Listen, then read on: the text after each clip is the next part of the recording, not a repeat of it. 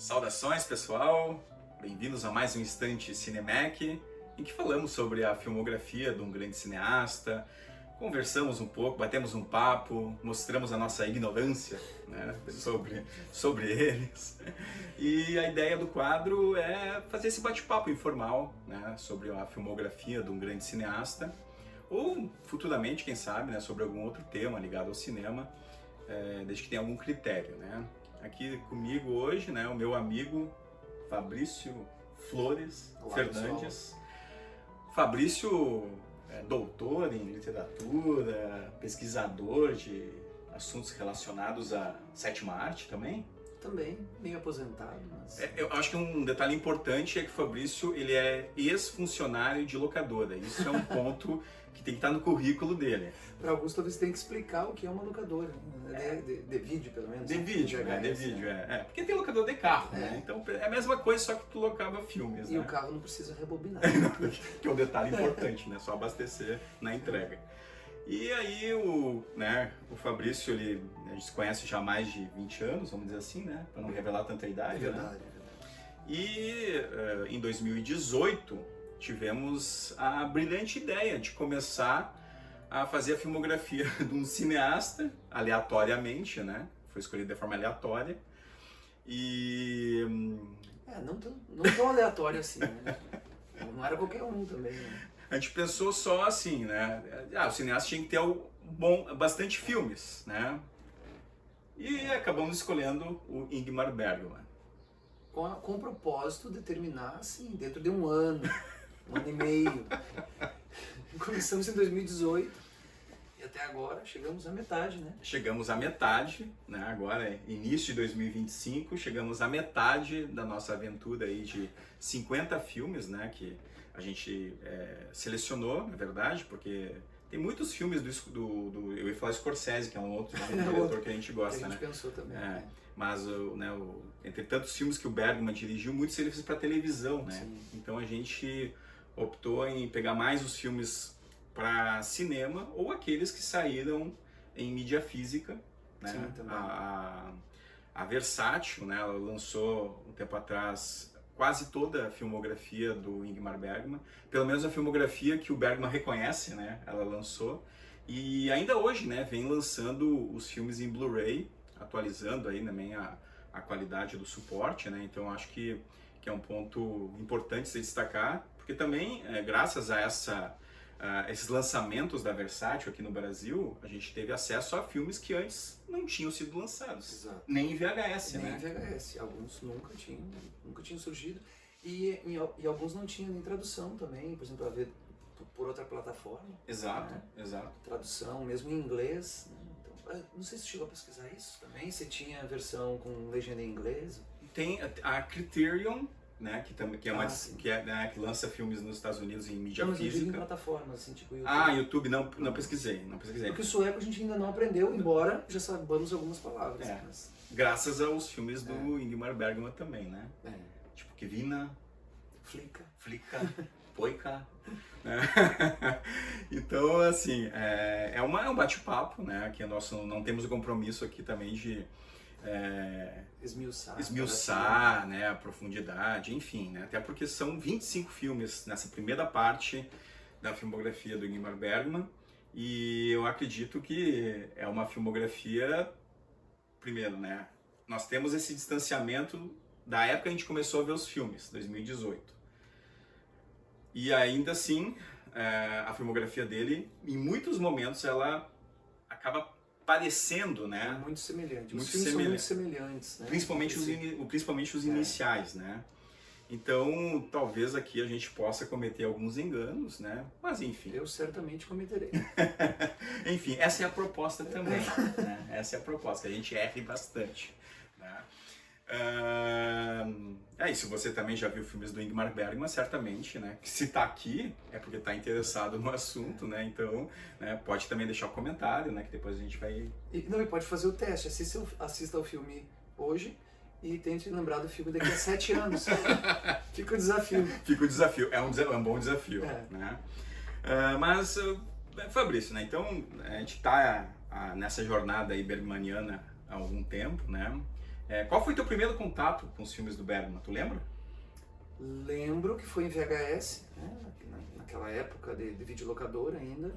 Eu, além de trabalhar com os filmes, eu gostava de ler a respeito deles. E eu me lembro que o primeiro ao qual eu assisti foi o Sétimo Selo. Talvez tenha sido o primeiro de muitos.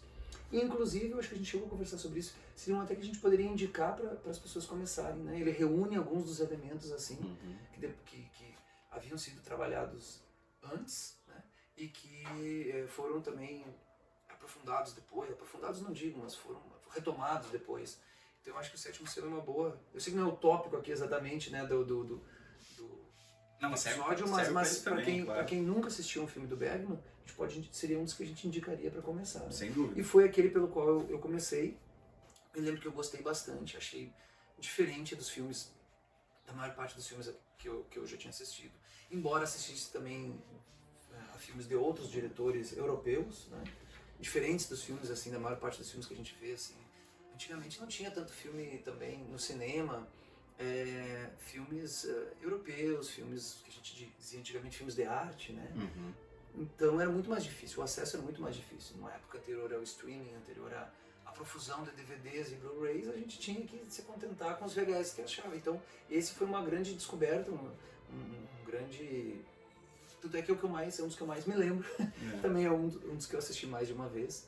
Então meu primeiro contato foi esse. E o teu? Não, eu lembro que também o meu foi o Sétimo Selo, que eu coloquei na Sesma, inclusive. Sim. Uma cópia, ela é diferente, inclusive a caixinha, se eu tô bem lembrado, né? A caixinha, o filme, a capa ela não ficava na vertical, ela ficava na horizontal. Né? Talvez tenha sido a cópia que eles tinham. E eu achei aquilo ali fantástico, assim, e a própria temática, né? Tinha muitos assuntos relacionados à questão histórica do período medieval, dos cruzados, questão da peste. A gente vai falar um pouco mais do Sétimo Selo depois, porque afinal de contas é uma obra icônica, né? Essa obra até a gente pode dizer que vai ficar lá na primeira prateleira, né? Ah, sim, tem. Com certeza. Tem que explicar a questão das prateleiras. Né? O pessoal até aqui já sabe, né? Tá Imagino eu. Porque vão ser 25 filmes, então, que a gente vai trazer, né? Então, nesse instante, Cinemec, pro Bergman, a gente vai ter 5 prateleiras. Então, a gente vai colocar 5 filmes em cada uma das prateleiras, né? Considerando aquela questão, né, dos filmes mais destacados em cima e os menos destacados mais abaixo, né? Não significa que sejam filmes que não devem ser vistos, os que estão embaixo, né? Isso não, todos os filmes devem ser vistos porque o Bergman tem essa filmografia fantástica, né? Então, o que a gente falou sobre o Tarantino, né, no vídeo passado, né, serve também para esse. Então, só que são muito mais filmes, né? Então a gente vai falar de forma mais concisa sobre os filmes também, porque senão aqui a gente vai ficar 5 horas, 6 horas falando do Bergman. Sobre o Sétimo Selo a gente podia ficar... Só um episódio só sobre o Sétimo Selo, né? Tem tantas ressonâncias simbólicas, mas enfim, a ideia é ser conciso. Então, a ideia é ser conciso, até porque a gente não lembra muito dos filmes que a gente assistiu, né? Então também tem isso, né? Eu vou passando aqui, né? Os filmes, né? A gente tem todos em mídia física, né? Então a gente vai mostrando, né? Por exemplo, o primeiraço, né? O primeiraço é o Crise, né? Que é o filme de estreia do Bergman. Só para citar, o Bergman antes tinha trabalhado como roteirista, né? Ele fez um filme Tormenta, o roteiro do filme Tormenta, né? Que é o Hats. E o desejo do Bergman sempre foi em poder ter o controle das suas obras, né? Da sua produção. E a estreia dele foi com esse filme curioso, no mínimo, né? Que é o Crise, que é o filme que abre a jornada do Bergman no cinema, né? Então, vou ler aqui a sinopse, né? Só para vocês terem uma ideia. Uma professora de piano de uma pequena cidade fica chocada com a chegada da verdadeira mãe e de sua filha adotiva, cujo jovem amante logo a segue e causa ainda mais transtornos. O filme é de 46, ou seja, no imediato pós Segunda Guerra Mundial. Eu vou, né? Não sei se tu lembra do filme, Fabrício. Muito pouco. Esse foi o primeiro que a gente assistiu. Eu me lembro que eu já percebi esse clima, assim, essa questão das personagens, da dor das personagens, do sofrimento, dessas questões que estão presentes nos outros filmes, né? E das mulheres, né? E das mulheres, e tem os outros elementos que a gente foi percebendo da água, né? Depois a gente vai falar. Mas é interessante que a maior parte dos filmes do Bergman são dramas, né? Tem algumas comédias, mas mesmo as comédias são cheias de dramas, São né? dramáticas. São dramáticas, né? Então, assim, a gente percebe essa questão de personagens em momentos chave da vida, assim, sofrendo, angustiadas, e isso vai estar presente em outros filmes, né? Maior ou menor proporção, e já está presente no Crise, que inclusive não é um filme, embora seja um filme de um estreante, não é um filme ruim, né? Eu diria que é um filme bom, um filme médio, não vai estar entre as principais obras dele, mas também não é um filme para ser descartado. Na nossa prateleira, a gente colocaria ele inicialmente ali na segunda, primeira, segunda? Depois eu acho que vai acabar depois descendo um pouco. Não, a gente pode colocar ela, vamos já organizando a prateleira, né? Porque são muitos filmes, né? Mas eu acho que vamos deixar ele na segunda prateleira. Né? Se a gente pudesse, não teria prateleira debaixo, entendeu? Porque eu tentei lembrar, né? Antes aqui da gente começar, eu tentei lembrar, tem algum filme ruim? Eu não me lembro de nenhum filme ruim, entendeu? Talvez porque hoje em dia a gente eu pelo menos sou mais pessimista que tu nesse sentido, eu acho, não tenha, comparando com esses filmes europeus, eu acho a maior parte dos filmes pouco profundos, né? Então, são poucos que se destacam assim nessa questão de explorar a natureza humana, assim, as dores, enfim. Então, eu acho que mesmo os filmes em que ele não é tão bem sucedido, né, tanto em termos de roteiro, quanto em termos, assim, até de utilizar os recursos do cinema, né, eu acho que não são filmes ruins, né? Então, claro, existem outros filmes melhores do que o Crise, mas ele não é um filme ruim, mas, em princípio, estaria mais para baixo, digamos assim, do que o Sétimo Selo, do que...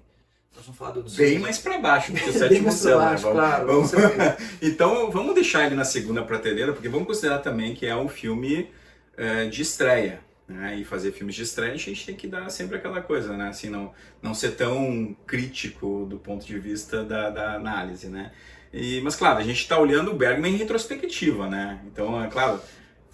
Né, a gente assistiu comparando os filmes, né? Por isso que vai ter essas prateleiras. Eu concordo contigo, não tem filme ruim, mas, né, tem aqueles filmes, vamos dizer assim, que podem ficar mais acima e os filmes que ficam um pouco mais abaixo. Eu tenho a impressão que ele vai descer um pouco, né, comparado com os outros, mas enfim. Vamos deixar na segunda, se ele descer mais, ele vai ficar na primeira prateleira lá debaixo, né? Tá, mas enfim.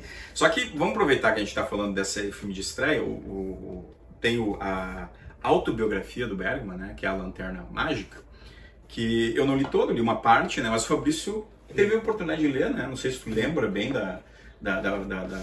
mas eu quero destacar um ponto aí eu sei que tu tem outros elementos para falar sobre a vida dele, mas assim, tem uma questão que alguns documentários, inclusive nesse aqui, que é o Bergman 100 anos, é bastante falado também, esse documentário dirigido pela Gianni Magnusson, que foi lançado quando ele completou 100 anos, em 2018, inclusive. Esse também foi o motivo que a gente fez, né, começou a fazer a filmografia do Bergman, né? E tem a questão do nazismo, né? A questão do nazismo. É polêmico, claro que é polêmico. A gente não tem aqui o conhecimento profundo a gente não tem acesso às documentações e tal, mas tanto esse documentário quanto alguns escritos do Bergman, né, mostram essa certa simpatia que ele teve, né, pelo Hitler. A família dele, né? A família dele, ele explica no Lanterna Mágica que isso se devia até à própria personalidade do pai ali, né? Que era um pastor e os criou criou os filhos ali dentro de normas muito rígidas. Então, no sentido do pecado e da punição. E dele, após punir pelo pecado, ele conta aqui que ele tinha que beijar a mão do pai. Então, essa questão de um pai autoritário, né, ficou, e ele diz assim, talvez por isso, por essa necessidade de ordem, por essa necessidade de organizar o comportamento dos filhos, que eles se sentiram tão atraídos pelo nazismo. E, na verdade, quando a gente analisa sistemas totalitários, a gente percebe que tem uma semelhança, comparando assim, os sistemas totalitários, a gente vê uma semelhança, né? Uma necessidade assim, de purificação, de ordem, de rigidez, assim, que está presente na vida dele e que vai ajudar, assim, trazer talvez algumas chaves para a interpretação dos filmes, embora a gente deva sempre frisar que não deve pegar a vida do artista como único parâmetro de análise e interpretação das obras, né? Porque, enfim, ele existem coisas que ele não é consciente, né? Quando está criando, e ele também não precisa ser verdadeiro na ficção em nenhum momento, né? Quer dizer que, mas é inegável, né? Que quando a gente lê a biografia e outras declarações dele, né? Eu acho que naquele livro Imagens também, depois eu acho que você vai mostrar aí, a gente percebe que muitas das questões que movem os personagens nos filmes são questões que são caras a ele, né? Questão religiosa, por exemplo, ser criado numa família, né, muito apegada à religião. Ele conta problemas também familiares, então isso vai estar presente, a presença da mãe. Né? Então eu acho que vale para quem tem aí um nível de curiosidade um pouco maior sobre o Bergman, sobre os filmes, vale uma olhada aqui no livro. E a gente vai, não sei se já falamos agora, mas ele tem a questão do nome das personagens, porque ele inicia a biografia e conclui falando sobre a mãe. Tá? Então a gente vai ver porque o nome da mãe era Karen, né? E a gente vai ver algumas personagens aí. Então, assim, para quem gosta de psicanálise, analisar os filmes do Bergman é um prato cheio. Talvez um ponto que se perceba assim na filmografia dele, em relação às questões das opiniões políticas, é a ausência de pontos políticos muitas vezes presente nos filmes dele, né? Não tem quase. Não tem, pois é. Não tem. É isso que eu, quando falou do nazismo, fiquei pensando se tinha alguma... são normalmente dramas existenciais, né? Então, por isso que é difícil lembrar, porque são todos, assim, personagens que passam por um momento importante da vida, mais ou menos como se fosse um conto, né? Um conto tradicional que é aquela narrativa curta em que pega um momento de transição na vida de uma personagem. Os filmes são assim, aquele momento, não que a personagem não tenha sofrido antes do momento retratado no filme, mas ela pega essas questões existenciais, essa angústia, né, o sentido da vida, a solidão, né, inclusive a incomunicabilidade, né, entre as pessoas, que é um tema do Antonioni, que a gente pensa, mas assim... E que morreu no mesmo dia que ele. No mesmo dia que ele, né? Que coisa, 30 de julho de 2006? Não lembro. Pode ser. Eu já ia dizer que foi em janeiro, foi em julho, dizendo que foi em julho. Foi em julho, né? Foi em julho. Mas enfim, essa questão das personagens, assim, em busca de sentido, né, em busca de... E aí a gente vai ver alguns filmes que falam sobre a religião. Então a religião como uma das produtoras de sentido para a vida, e que algumas personagens vão questionar, né, vão se sentir... Então esse vazio, eu acho que é o leitmotiv, né, assim, é o motivo, é o tema recorrente dos filmes, e isso independe de política. Claro que existem vários filmes excelentes, não dele, assim, de outros, em que se soma essa questão existencial ao momento político. A gente estava falando recentemente dos filmes, né? Então, assim, antes de começar o vídeo, a gente estava falando sobre filmes brasileiros. Ainda estou aqui, outros, Estou aqui, outros, Então tem isso, né? Tem momentos de autoritarismo, né? Momentos coletivos ruins que provocam também uma angústia que é retratada. No caso do filme do Bergman, essa angústia já é presente, né? Assim, já é algo que faz parte da vida, né? E a gente percebe pelos escritos dele que era uma coisa dele também, né? E que ele vai colocando em diferentes personagens, e claro, com destaque para as femininas, mas tem personagens masculinos muito bons também. E 2007 ele morreu, né? Até conferi 2007. Ele na colinha. 30 de julho de 2007, morreu primeiro o Bergman. 30 de julho mesmo. Isso, morrendo pela manhã, né? Na Suécia, né? E à noite morreu o Antonioni. Os dois cineastas, né? Dois dos principais, dos melhores. E que tinham filmes que dialogavam, de certa forma, né? Então, né, o Antonioni vem por aí, né, Fabrício? Eles dialogavam em relação à falta de diálogo. A falta de diálogo. Isso aí. Perfeito.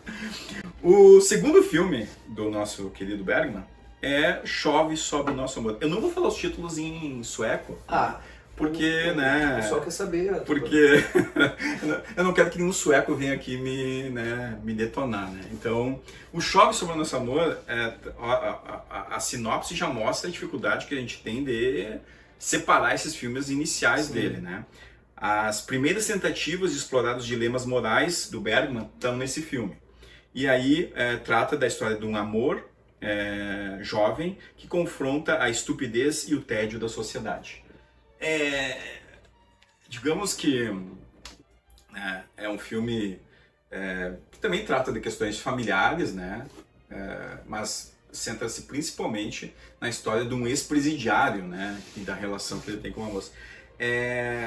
Eu confesso que é um filme que eu tenho assim um distanciamento um pouco maior assim do Crise. Eu lembro de flashes mais do Crise do que dessa obra aí, né, que foi indicada inclusive ao um prêmio no Festival de Karlovy Vary na Tchecoslováquia na época, né, indicado ao Cristal o Globo de Cristal. Ele é um daquelas, tem uns 2 ou 3 filmes mais comparados com o neorrealismo, né? Esse aqui é um deles, assim, a ação não se passa na cidade, né? Ela é mais no campo, tem uma cerca. Também não me lembro muito bem. Eu me lembro que eu achei ele médio também, assim, nada. Eu acho que eu gostei mais do Crise, pelo que eu me lembro. Porque também tem essa questão que tu falou do neorrealismo, né, Fabrício? E ali nós estávamos ainda vivendo esse período do neorrealismo italiano, né? Exato, pós-guerra, né? Então... A gente falou sobre questões políticas, mas aqui ele fala que não, denúncia das mazelas sociais. Então tinha um pouco disso. Esses filmes iniciais, eles ainda não eram... Ele não tinha essa maturidade, que, né, óbvio, né, que ele veio a ter depois, óbvio. Não é um filme meio irregular. Né? Esses primeiros ali, 4, 5 filmes são mais irregulares, né? Eu até aqui do barco, né? Um barco grande aqui. O próximo? Vamos trazer já que são os dois que foram lançados em 47. Certo. Esse é de 1947, o próximo, que é Um Barco para a Índia, né? Um marinheiro retorna à sua cidade natal após 7 anos e relembra os momentos sombrios e de felicidade de seu passado, né? É o menos interessante dos 3 primeiros, não é? Melodrama, né? Exato. É um melodrama. Então esse aí a gente teria que colocar. Vamos colocar na prateleira de baixo ele, né? E esse aí também, eu acho, né, Fabrício? Ou tu quer botar na segunda por enquanto? Eu acho que ele ficaria, esses aqui ficariam entre aqueles menos bem acabados, né? Esse aqui e o Marcos. Vamos deixar os dois, então, na prateleira mais de baixo. Na primeira prateleira lá embaixo. Tá? Mas, né, eles podem subir, né?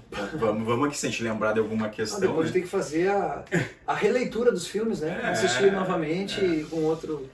Daí a gente vai levar mais uns 20 anos para fazer isso, mas tudo bem, a gente faz, não tem problema. É bom frisar que o nosso propósito é assistir aos filmes juntos. E que exato. moramos em estados bem diferentes, né? Distantes aí mais de 4.000 quilômetros, então por isso que tem essa dificuldade de a gente conseguir...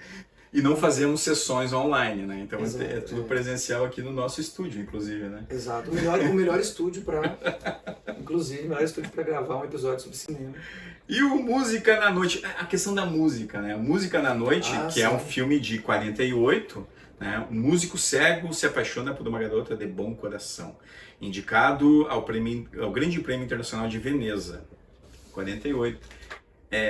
Eu gosto quando o Bergman mexe com música, não sei se tu... Ele era um entusiasta da música, né? Tanto é no último que nós assistimos, ele fala lá do bar. E ele cita o bar na Lanterna Mágica também. Mas esse aqui não está entre os meus preferidos. Eu achei ele também um pouco melodramático, assim.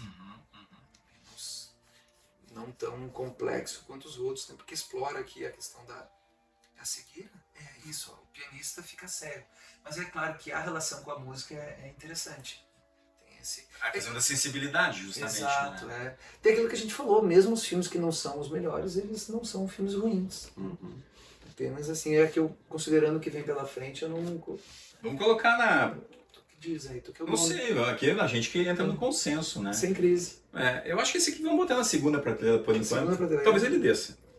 Tá? Mas vamos botar na segunda. Na segunda que eu digo, de baixo pra cima, né? Tá. Você tá colocando na segunda de cima pra baixo. Não, na prateleira número 4. Vamos colocar Aí o Crise tá em qual? O Crise tá na 4 também. Entendi que tava na segunda. Na 5 está o Barco para a Índia e o Chaves para Nação, por enquanto.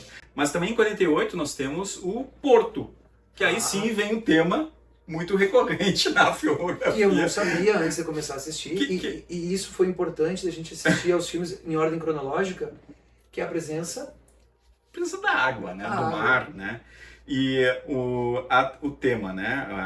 A breve sinopse. Uma operária suicida está ansiosa para escapar de sua mãe autoritária.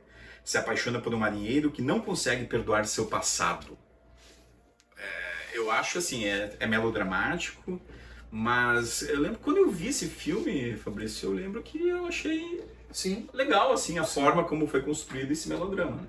Ele é neorrealista também, ele é mais ou menos inspirado.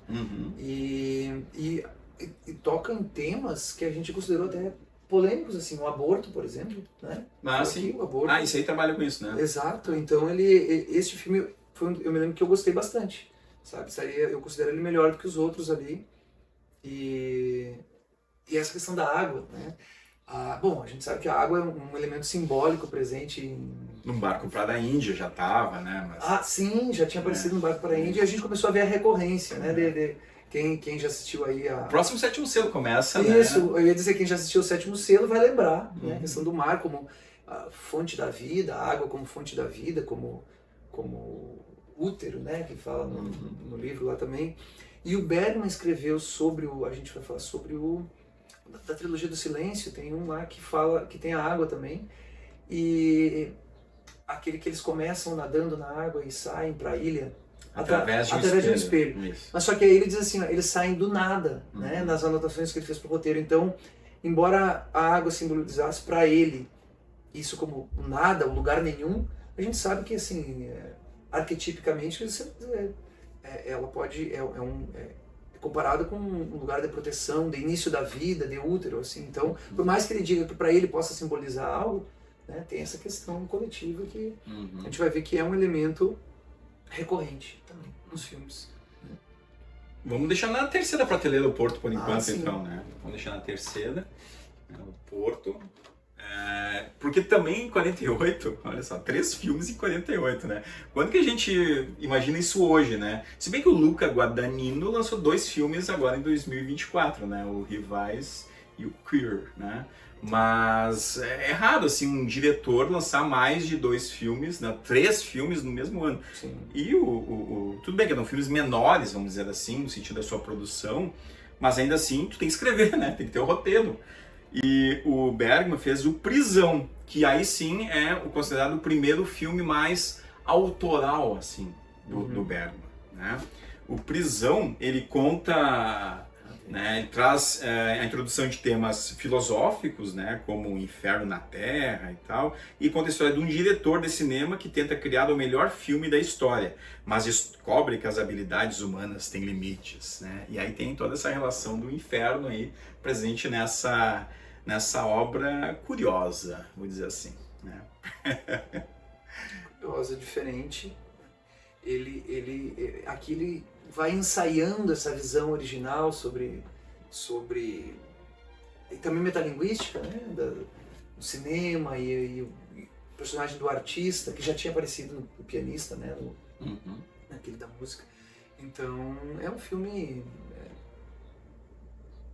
Esse é menor, né? É menor, claro. O próprio Bergman falou, né, que esse não é um bom filme. Ele disse, Mas assista, porque, né... A gente não pode levar a sério o que os artistas falam de si mesmos. Né? Porque tem alguns que gostam de dizer que tem filmes lá que não são tão bons, que são bons, e filmes que são ótimos, que não são tudo isso. Então, por favor, né? O próprio Bergman falou, assim, em relação ao Morangos Silvestres e também ao Sétimo Selo, né? Ele diz assim, ele não considera os... né, que são 2 filmes de 1957, ele não considera os 2 filmes, né, tudo isso que falam. Né? Mas assim, a gente considera, talvez, né? Então, chegaremos lá. Ele não precisa concordar conosco, né? Nem a gente... Então, Prisão vai ficar na prateleira número 5, lá mais embaixo, né? Junto com o que o Bergman pensava sobre o filme. Porque né, vem a sequência, que daí em 49, veja como os primeiros anos, ali, em pouco tempo, né, ele dirigiu muitos filmes, né? E aí vem o Sede de Paixões, que esse título é a tradução no Brasil, né? Um casal necessitado em crise viaja de volta para Estocolmo, enquanto Isso, uma viúva resiste às seduções de duas pessoas diferentes, seu psiquiatra e uma amiga lésbica. Então, tem alguns temas aí que o Bergman depois ele vai novamente trazer, né, em outros filmes, mas aí no Sede de Paixões ele, né, digamos, vai inaugurando, né, essas abordagens. Lembra desse filme, Fabrício? Muito pouco. Eu também lembro muito pouco do filme. Tem outro filme que é um casal numa viagem de trem.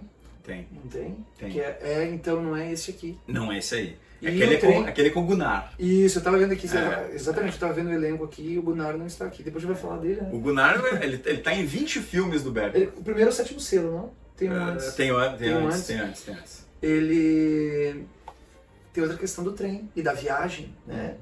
Desse deslocamento, assim, que é também um motivo simbólico aí nos filmes do Isso, são quase road movies, né? Alguns. Porque tu pega o Sétimo Selo, eles estão lá sempre, né? Perambulando de um lado pro outro, né?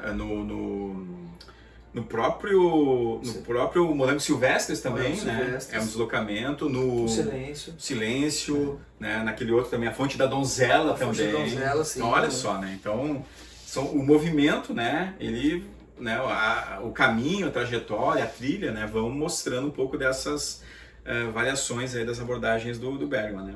Então, e também isso reforça aí essa questão que a gente não lembra algumas questões muito parecidas umas com as outras, né? Então, vamos colocar ele na prateleira número 4 por enquanto? Pois é, eu não quero ser injusto com o filme. E aí chegamos em 1950, que vem um filme que eu gostei muito quando eu vi. Até quando a gente assistiu os 10 primeiros filmes do Bergman, Sim. né? Eu lembro que a gente fez um ranking, né? A gente adora listas e ranking, né? A gente não concorda com quase nada, inclusive nem com as nossas, né? Sim, porque a nossa lista foi diferente. Porque a lista foi diferente, né? E eu lembro que alguma coisa desse filme aqui, que é o Rumo à Felicidade, de 1950, alguma coisa me bateu, assim, né? Não sei se tu, Fabrício, lembra. A história traz, né, dois violinistas que tocam na mesma orquestra, se apaixonam e se casam, mas não se dão bem. Né? Então trata de reflexões, né, sobre tanto a questão da arte quanto dos relacionamentos, né? Acho que por trazer também essa questão da música, do violino, né, dessas questões, eu acho que é um filme que me despertou assim mais um olhar positivo para ele naquela época. Sim. Em 2018, né?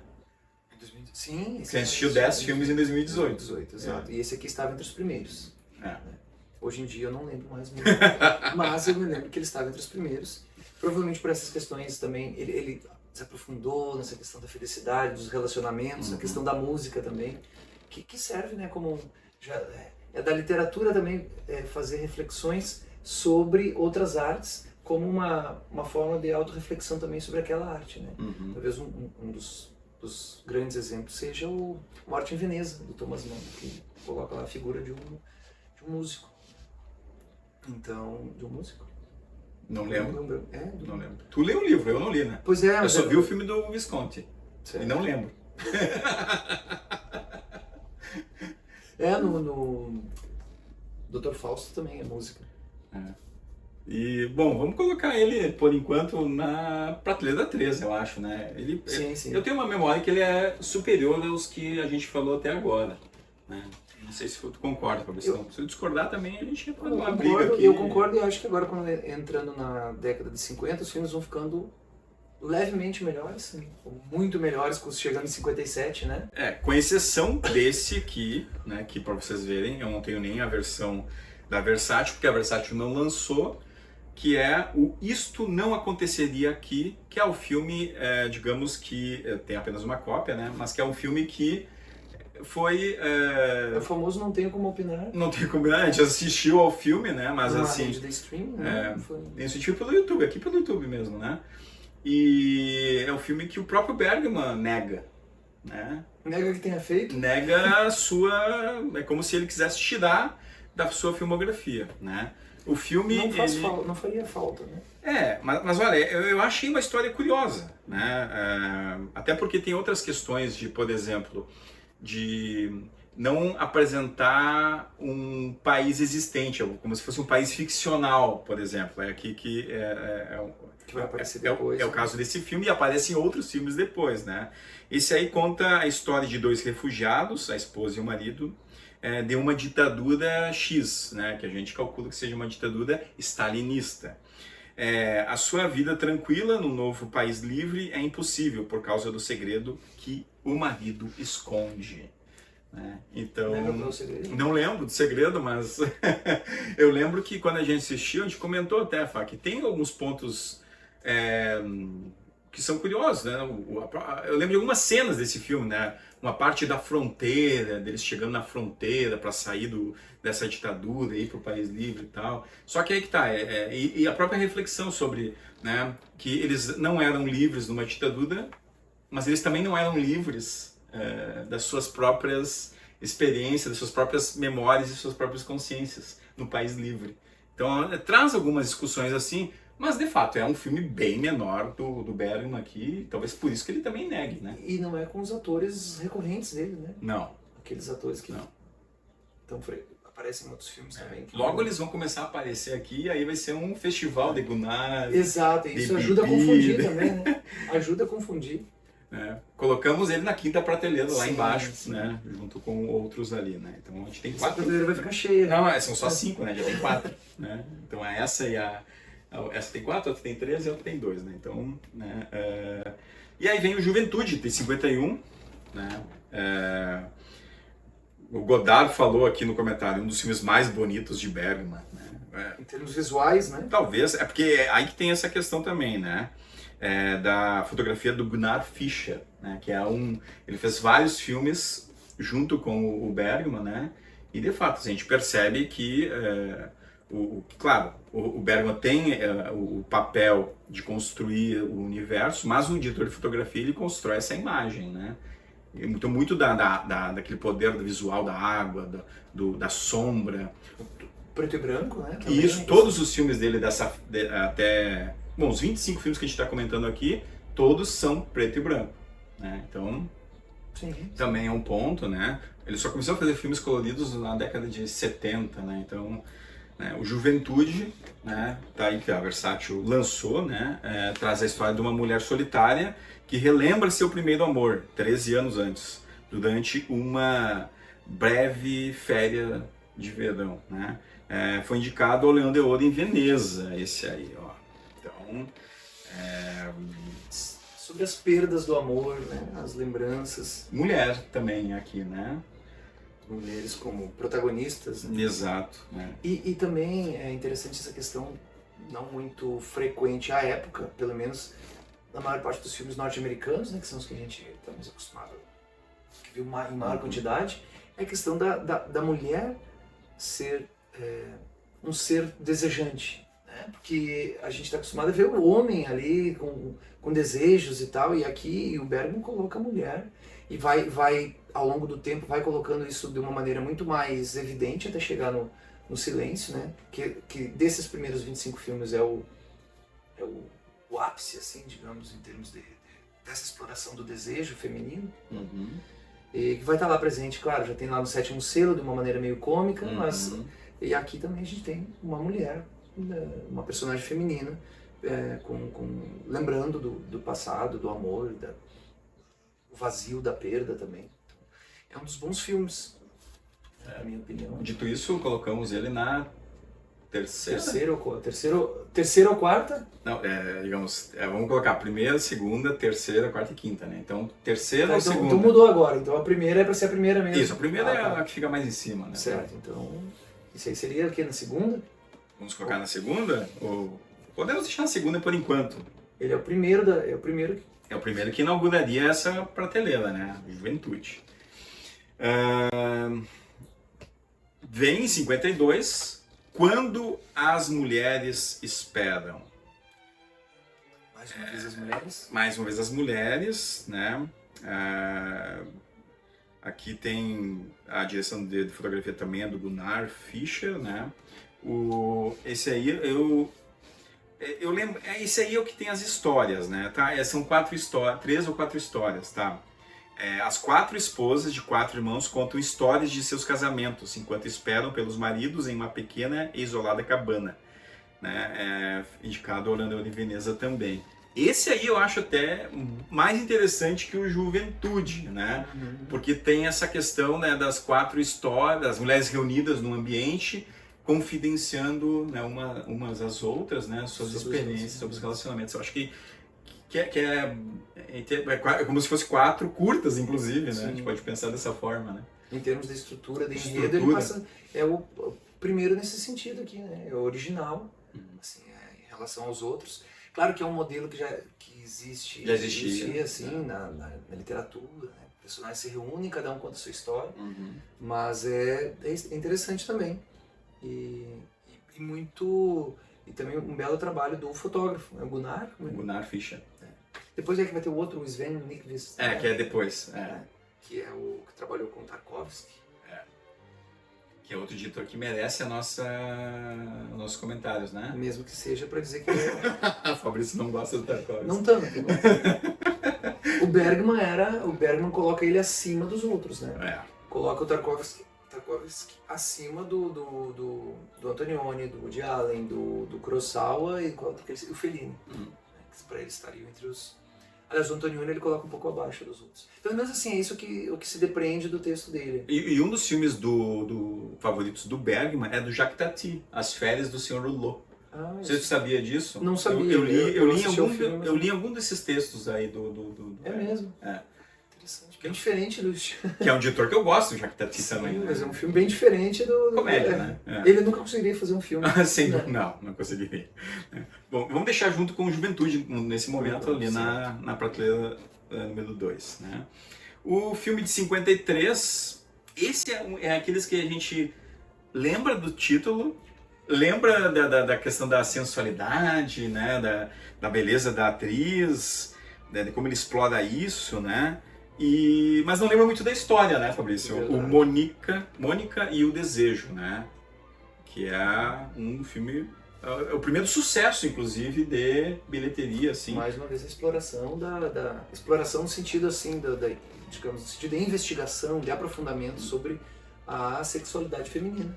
Nesse caso aqui. O filme é um casal de adolescentes se conhecem um dia de verão, iniciam um relacionamento imprudente e abandonam suas famílias para ficar um com o outro. Então, um pouco também dessa questão da juventude transviada, vamos colocar assim, né? Esse está numa das listas do 1001 filmes para ver antes de morrer. Olha aí. Eu me lembro, assim, que devido à fama do filme, no momento em que eu assisti, eu esperava um pouco mais. Eu acho que foi essa... Então, assim, sempre tem esse movimento. Se a gente espera muito e não tem a expectativa correspondida, acaba achando que o filme não é tão bom. A segunda vez que vai assistir, o filme não é tão bom. Aí percebe que ele Então eu tô esperando a segunda vez que eu vou assistir para ver se eu... Porque, assim, eu lembro que é um filme bom, né, mas eu fiquei com aquela sensação, assim, de que ele poderia ser um pouco... Não tô criticando, né? Quem sou eu para criticar? Não, tu assistiu aos filmes, tu pode criticar. Não, mas assim, eu esperava... que eu lembre. Eu esperava mais. Eu me lembro que a sensação que eu tive, eu acho que a gente comentou, eu esperava mais, então é um filme que eu quero rever. Eu me lembro que ele tem cenas muito, muito bonitas, assim, o meu também é com fotografia do Gunnar Fischer. Do Gunnar Fischer, né? E é com a Harriet Andersson, que está presente em outros filmes dele, né? Que não foi casada com o Bergman, mas era amante do Bergman, né? Não sei desses detalhes aí. Isso no documentário, aquele que eu citei, o Bergman 100 anos, fala muito, né? Dos vários casamentos que o Bergman teve, aí dos relacionamentos que teve com algumas atrizes que fizeram os filmes com ele e tal. É algo assim que também, né? Claro, não é que nosso dever ficar falando dessa moral e da própria fofoca, né, relacionada a isso, mas, né, digamos, ela era uma jovem atriz que estava ascendendo no cinema sueco, né? Então tem essas questões também, né? Mas... Fica como curiosidade. Curiosidade, né? E as cenas na praia são muito bonitas, né? Sim. Porque o Gunnar era um ótimo diretor. E mais uma vez o mar também, né? O mar e mais uma vez o mar. Dito isso, prateleira número 3 para ele, junto com Uma Felicidade, eu acho. Ou tu quer botar mais abaixo? Não, se eu fosse colocar, eu colocaria mais acima. Na segunda? Não, mas eu acho que a segunda? Terceira? A terceira é a intermediária aquela, né? Deixamos ali por enquanto. Se for o caso, a gente vai ter que como eu falei, é 5 em cada prateleira. Não cabe, certo, tá. não cabe menos, não cabe não mais que há isso. negociação em relação a isso. É a única coisa que não se negocia isso. Né? A gente negocia café, água, cerveja, se for o caso, mas né? Isso a gente não vai negociar. Mônica e o Desejo de 53, no mesmo ano, Noite de Circo. Noites de Circo, né? Tá aí um outro tema também que aparece bastante na filmografia do Bergman, exato. né? E também ligado à arte, né? Os artistas circenses. Eu acho que não é dos melhores, assim pelo que eu me lembro. Vamos ver a sinopse, né? As complicadas relações entre um diretor de circo, sua esposa e seu amante, enquanto lida com as questões, né, da empresa, no caso do circo, né? Primeiro trabalho com Sven Nykvist. Drama expressionista sobre o mundo do circo. Eu lembro que eu não gostei muito desse filme. É verdade, eu também não tive dificuldades, né, de me conectar à obra, né? E também tem a Harriet Anderson novamente no papel, né? E eu acho que vamos ter que colocar na prateleira mais abaixo, né? Mais abaixo, a 5, né? É. Prateleira 5, fechada então, por enquanto. Mas não é um filme ruim, lembrando, gosto sempre de frisar, não é um filme ruim. Não é um filme ruim, mas é ruim. Do Bergman, né, pô? Não, é porque assim, os filmes dele têm diálogos muito bons, às vezes. Então mesmo num filme que não funciona direito assim, o roteiro não funciona tão bem, há bons diálogos. Então não é que o filme todo seja perdido, né? A gente consegue aproveitar, assim, quer dizer, nesse sentido de a gente se interessa por alguns diálogos que são muito bons. Esse é o do trem, não é? Esse aqui é daqueles filmes... Que começa os dois no trem. Daqueles filmes inesquecíveis, eu acho. Esse é mais difícil de esquecer. E assistimos já há alguns anos. Isso, Uma Lição de Amor, né? Com o Gunnar. Fala tu é melhor da linguagem do que eu. Fala o nome dos dois aí. Vou chutar aqui. Eva Dahlbeck e Gunnar Björnstrand. São sensacionais, né? Esses dois atores são incríveis. E... É a primeira comédia? Tem pontos de comédia, né? Tem pontos de comédia, mas como tu falou antes, é uma comédia dramática, exato, né? Tem a questão da viagem presente, tem uma série de outros elementos ali que vão aparecer. Acho que tem alguns momentos, aparecem até algumas fontes no filme que remetem à água, alguma coisa assim, se eu estou bem lembrado, né? E o filme tem a seguinte historinha, né? Após 15 anos de casamento, os cônjuges vão se divorciar. Mas, de repente, descobrem que seus sentimentos ainda não desapareceram. Coisa mais linda do mundo esse filme. É muito bom esse filme. Lembrando de detalhes agora, tem uma cena na janela, quando eles dialogam, assim, são diálogos bem construídos, né? Bem construídos, bem maduros. Profundos, Eu gostei bastante desse filme. Ele realmente é uma comédia, mas tem momentos que os personagens se deparam com essa solidão, né? De mesmo estando juntos, de não conhecer completamente o outro, de não conseguir se conectar completamente nem ao cônjuge, assim. Então está entre os melhores, pelo menos dos que a gente viu até agora. Né? Ele estaria indo primeiro, exato, né? Na primeira talvez. Isso. Né? Hoje... Ou junto com o Juventude, mas entre as duas primeiras. Né? Vamos colocar na segunda, porque a gente já sabe quais são os outros que vão vir. Então não adianta te botar lá primeiro se ele vai descer, né? Mas certamente é um dos primeiros grandes filmes assim, que eu... Digamos que, assim, que eu sentia assim, né, uma certa alegria de ver. Inclusive, né, dentro da ideia da comédia, mas com, né, toda essa profundidade. Ser bem realizado, né? Dos diálogos. Isso. E o filme de 54, né? Em 55 ele vem com Sonhos de Mulheres.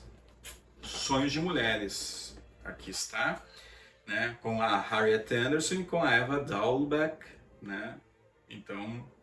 E também tem o... Esse aqui é da moda, né? E também tem o Gunnar. Isso. O Gunnar. São os mesmos atores do filme anterior. Isso. Tem uma personagem que é modista. Isso. Né? Duas mulheres diferentes. Uma jovem modelo fotográfica e sua chefe. Sonham com uma vida feliz com homens amados. Seus sonhos são tão diferentes quanto eles.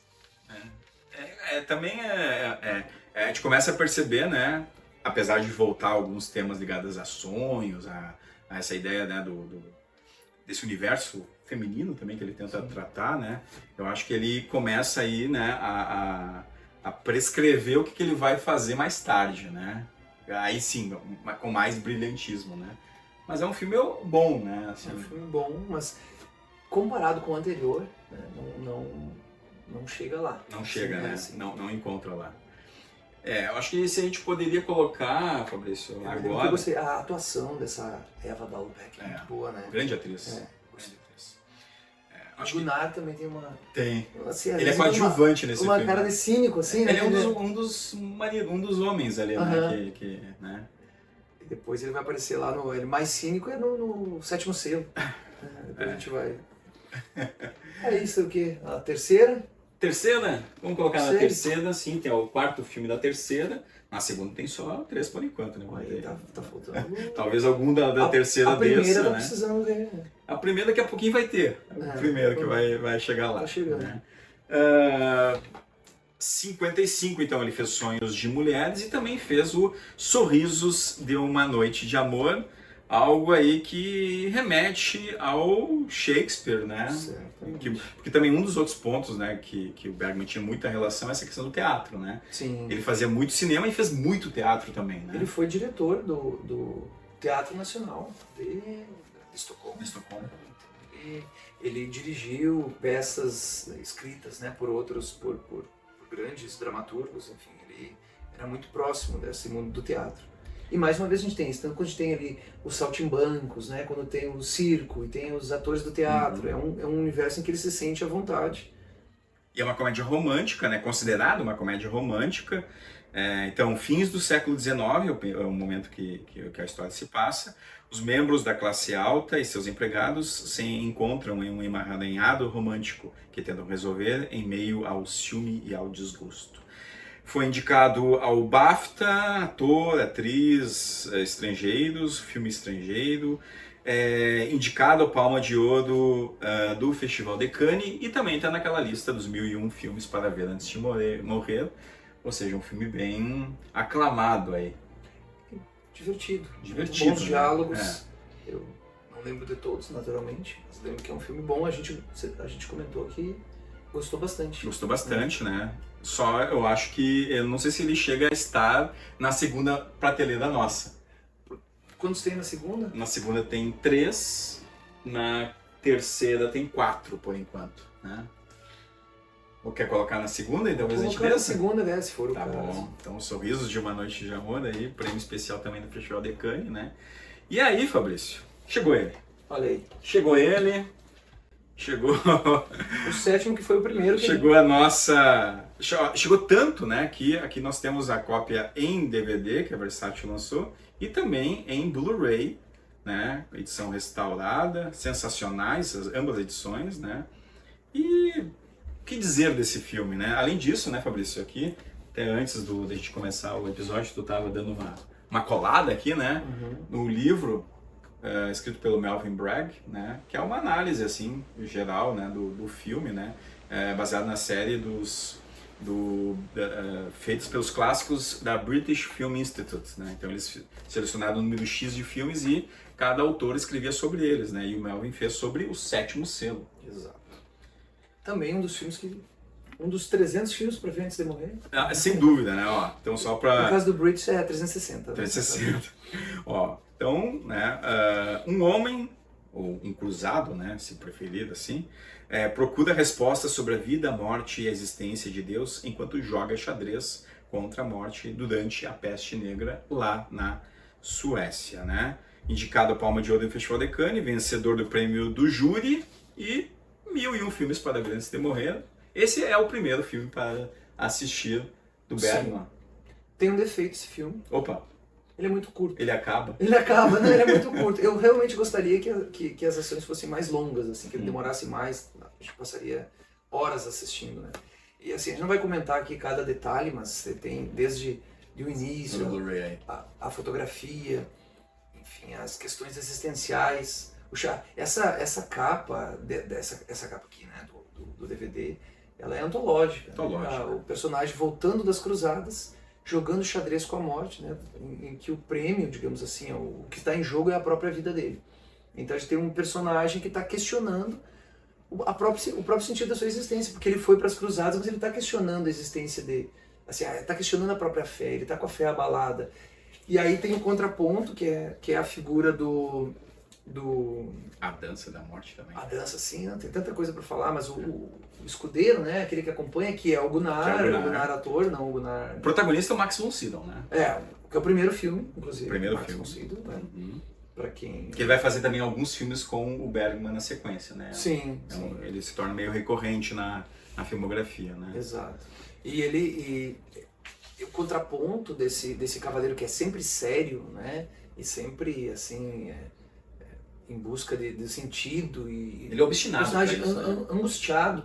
É esse escudeiro que é um cínico, assim, e é um agnóstico, um materialista, como se queira, assim, não é alguém que tira sarro da fé do cavaleiro, né? E depois eles também têm essa questão de que eles transitam ali no mundo, e o contraponto para essa angústia é a felicidade, a alegria ali dos saltimbancos. Dos saltimbancos, é muito... O encontro entre eles tem vários encontros, né?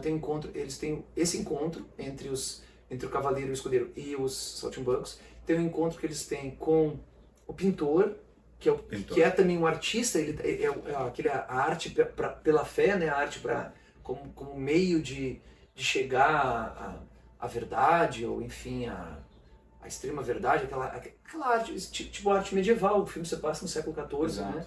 E tem um encontro com aqueles da peste ali, que vão... os flagelados. Os flagelados. Que é sensacional aquela cena. Então, o filme tem vários momentos assim, como se fossem partes de uma trajetória da pessoa. São partes, mas assim, que são muito... A conexão entre eles são o cavaleiro e os saltimbancos, assim, mas ele tem momentos até de humor. Exato, porque também tem isso, tem aquele choque, né? Esse momento que eles estão ali fazendo o teatro para aquela sociedade, aquela aldeia, né? E aí tem toda uma questão de sexualidade presente ali também. A pessoa não entende também a peça deles, né? Isso, a pessoa não entende e tal. E aí vem em choque com esse momento a entrada dos flagelados, sim, né? E aquilo ali eu acho que assim, foi a primeira cena que eu fiquei matutando, assim, refletindo bastante, né? Que ao mesmo momento que tu tem esse momento de felicidade, de prazer ligado à arte, inclusive, tu tem, né, o outro lado, né, o oposto a isso. E assim, é uma pergunta, né? Precisa saber jogar xadrez pra ver esse filme, Fabrício? Não precisa.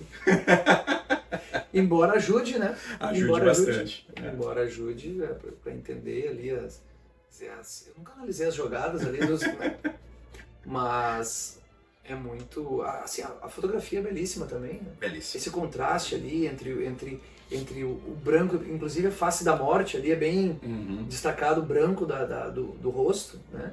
E o início também ali, o céu, o mar, mais uma vez a água, como essa questão da origem da vida. Todo o filme são comentários ou investigações sobre o sentido da vida, né?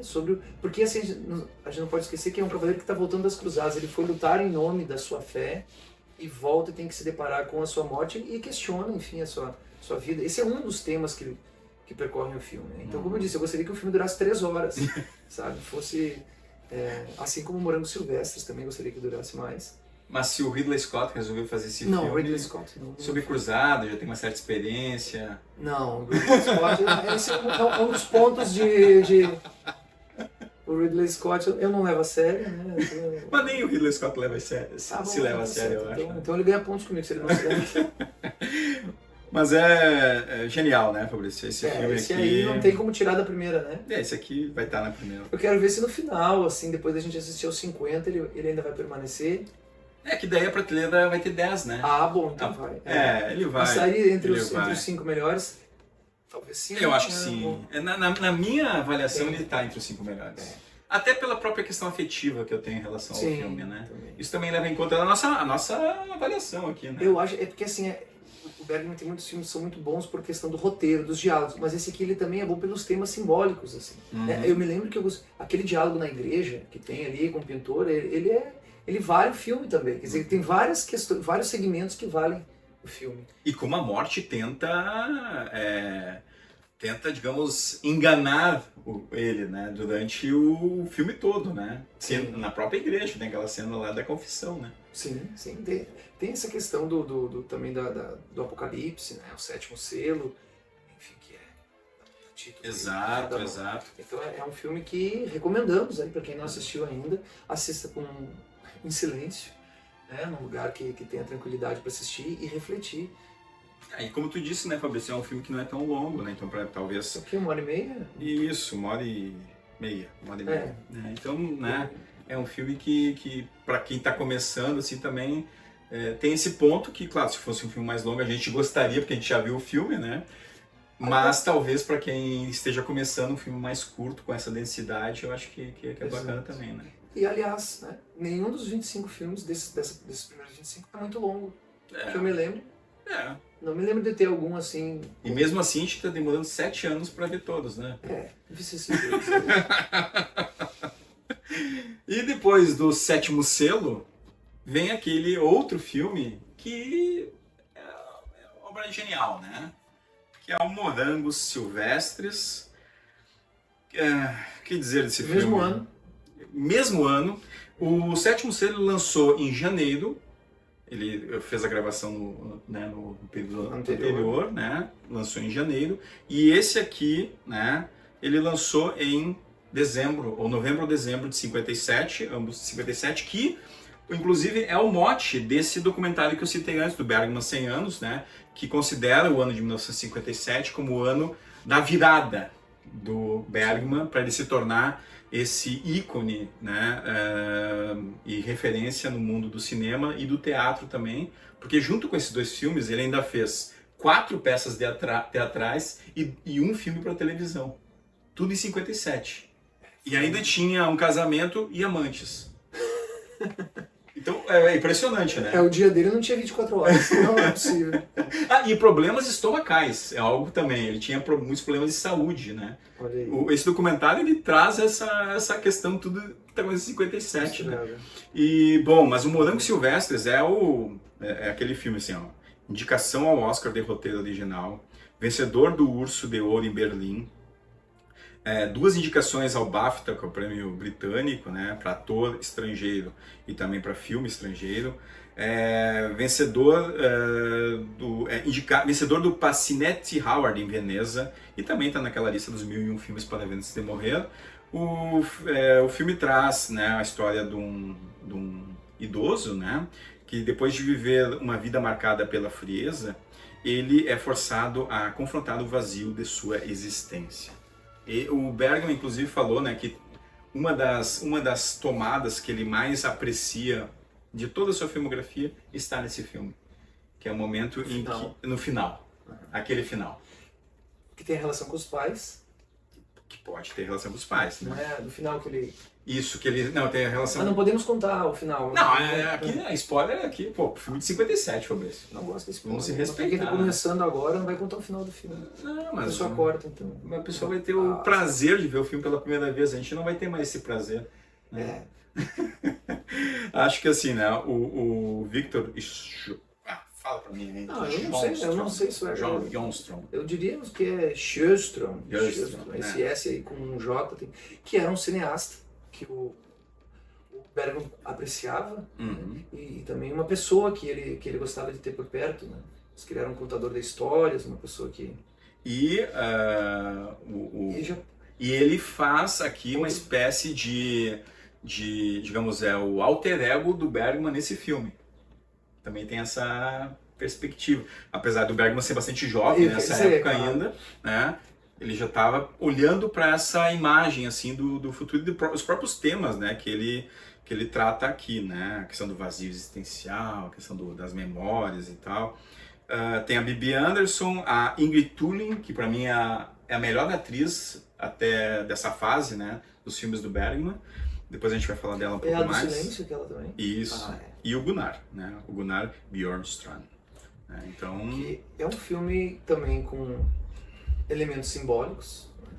Mas é um filme também com uma personagem retomando o passado, relembrando o que a gente já viu ali. É um com esses dois últimos filmes com personagens masculinos, né? Fortes assim, diferente dos outros também. Ele tem essa, talvez a gente poderia especular aqui que talvez ele tenha colocado questões, né? Isso não ajuda a explicar, quer dizer, ajuda a explicar, mas não dá toda a explicação do filme. E talvez ele tenha tido mais facilidade de explorar esses temas assim, por ser um personagem, enfim, não sei. Mas o fato é que são dois personagens muito bons, muito complexos, né? O Sétimo Selo e agora aqui, o professor, que tem que reavaliar a vida e lidar com as frustrações, com o arrependimento, com a proximidade da morte, né? E por um lado ele é muito respeitado intelectualmente, mas por outro tem essa questão dessa falência das relações na vida dele, né? E ele tem um pesadelo ali. a cena do pesadelo é incrível, né? É incrível, que é a própria morte. Exato. Que é algo que, inclusive, é um sonho que o Freud teve, né? Uhum. Então tem muita... Acho que tem relação, né, acho que o Bergman se inspirou nisso também, Se né? inspirou então, que o Freud, quando estava estruturando, né, algumas teorias, ali, principalmente no início da questão do inconsciente, ele foi muito... ele teve muitos insights a partir dos seus próprios sonhos, né, explorando a sua própria história.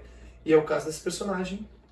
A gente vai ver que também, repetindo a psicanálise, assim, que ele tem no final uma grande relação com a infância e com essas figuras de autoridade, né, que são as figuras parentais, né?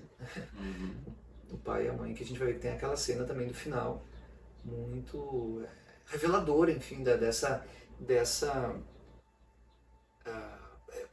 angústia do ser humano de viver em busca de completude e estar fadado a ser sempre incompleto, né? Ter sempre aspectos de vazio na sua vida, assim. Então esse é um tema que ele explora em vários filmes, que aí fica muito evidente, assim. Também com questões simbólicas aí. Existe cinéfilo que não assistiu esse filme? Talvez os jovens cinéfilos. Aqueles que estão iniciando, né? Não é possível. Porque esse... Eu conheço cinéfilos, para dizer a verdade, eu conheço cinéfilos que não assistem a filmes europeus. Bom, mas aí... É cinéfilo hollywoodiano. Né? Nem a filmes em preto e branco.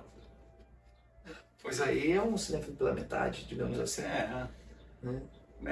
Que daí vai deixar passar muita coisa obra de arte, né? Exato. Tem muita... Porque é diferente, né? A questão aqui, nesses filmes, nada contra o entretenimento, né? Que é uma dimensão importante da nossa vida, mas são filmes que são feitos para provocar reflexão, não apenas sobre temas da vida, assim, mas sobre a própria arte, sobre os limites que a arte pode, né, chegar assim, com essa questão. Quer dizer, o cinema tem essa... O Bergman, obviamente, é um entusiasta do cinema, quer dizer, ele é capaz de manipular a luz, manipular o som, né, a música, inserir ali personagens representando, né, características humanas. Então ele tem, existem muitas possibilidades no cinema que nem todos os cineastas aproveitam. Né? Tu assistiu aquele filme A Ilha de Bergman? Não. Que é com o Tim Roth? Não assisti. É legal porque é um casal que vai até... É uma ficção, né? Mas é um casal que vai até a ilha de Faro, né? E lá entra na casa do Bergman. Então ele mostra, né? Por exemplo, parte da filmografia lá dos filmes que o Bergman tinha na sua casa. Interessante. Então é interessante isso, né? Porque além de tudo, né? Ele também assistia a filmes, né? De outros diretores. Então nas horas vagas, né? Nas horas vagas, né? Não, ele conta no Lanterna Mágica o quanto, assim, começa com as memórias da infância, ele conta o quanto os pais tiveram problemas, né, assim, no casamento. A mãe, em determinado tempo, se apaixonou por outra pessoa e o pai, como era pastor, tinha aquela imagem de que a família tinha que ser perfeita, enfim. E ele tinha uma avó que todos falavam que era muito... não era uma pessoa muito maleável, assim, né? Não era... Enfim, mas essa avó o levava ao cinema. E ele lembra disso, lembra que também se escondia num guarda-roupa no escuro e com a lanterna ele ficava iluminando. Então, assim, ele desde o início ele lembra da sensação de tá no cinema pela primeira vez e diz ele, né, que essa sensação da descoberta de um filme nunca o abandonou. Então era também um entusiasta. Os grandes cineastas são, né? Você falou um pouco do próprio Scorsese, Tarantino, né, que já foi nosso episódio anterior, do Scorsese, né? Então são cinéfilos antes de serem diretores. Incrível. Mas eu diria que até aqui nos comentários aqui do DVD fala, né, de filmes sobre a questão da velhice, né? Coloca então Morangos Silvestres ao lado de Umberto D, do Vitória de Sica, e do Ikiru, ou Viver, né, do Akira Kurosawa. Será que seriam esses três, assim? Eu acho que o Contos de Tóquio também, né? Contos de Tóquio, do Ozu, né, também. Também é sobre... Deixa eu me lembrar dele. Agora houve refilmagem do Viver, né? Isso. Esqueci o nome do ator, agora me deu branco. O Viver, esse último. Sim. É um bom ator. Apareceu ele aqui agora, a gente colocou ele aqui do nosso lado.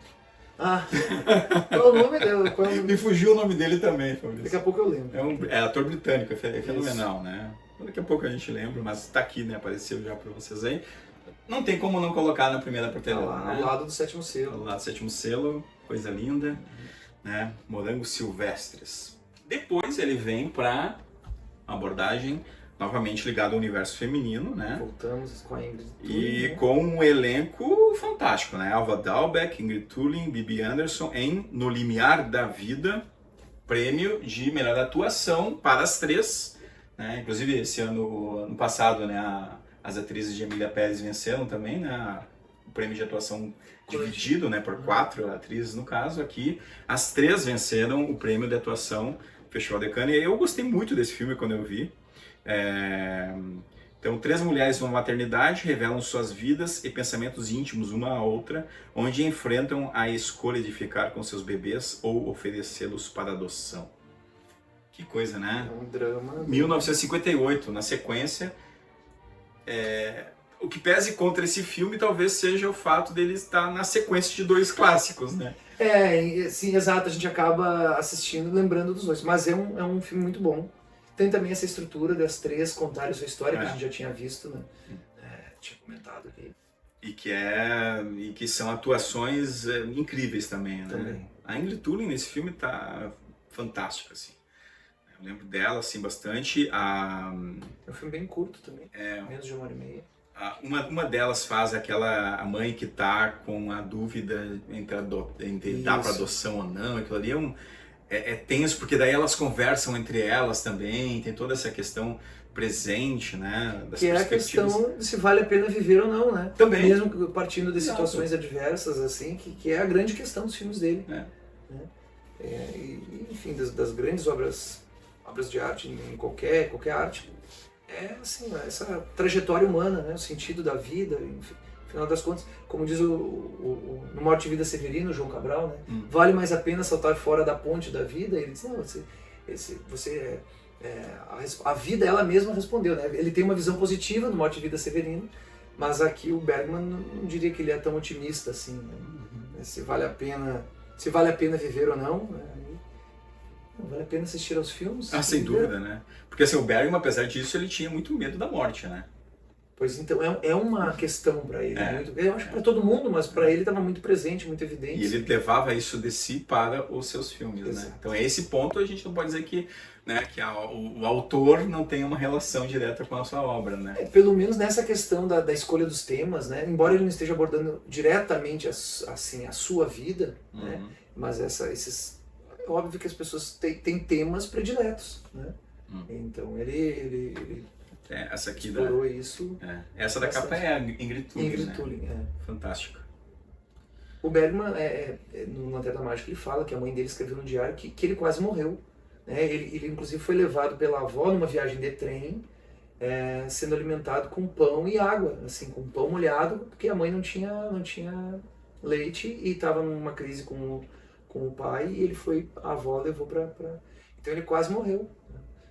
E aí talvez essa experiência tenha também, né? Lá na infância, tenha... Vamos colocar ele onde, Fabrício, na nossa estante? talvez na segunda, na Segunda? terceira. Na terceira acho que nem tem mais. Eu acho que ele é superior a outros que estão na segunda aqui, Certo, por exemplo, então. né? Então vamos deixar ele na segunda e aí depois a gente vai ter que reajustar alguns certamente, né? Porque tem tanto filme bom vindo aí. Mas pra mim não é o caso desse aqui, né? Não ganharia o Oscar de maquiagem esse aí. O rosto, É, o rosto. aquela barba do...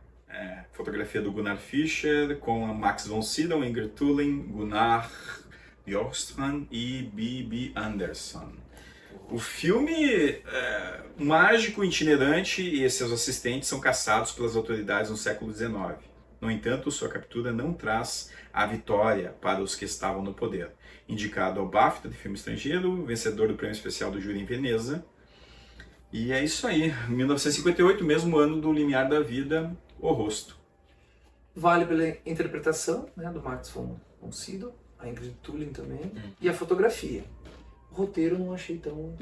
Essa questão do mágico com o inexplicável, o mistério, não me atraiu tanto quanto os anteriores, né? Sim. Os 3 anteriores, pelo menos. Sim. Então, não...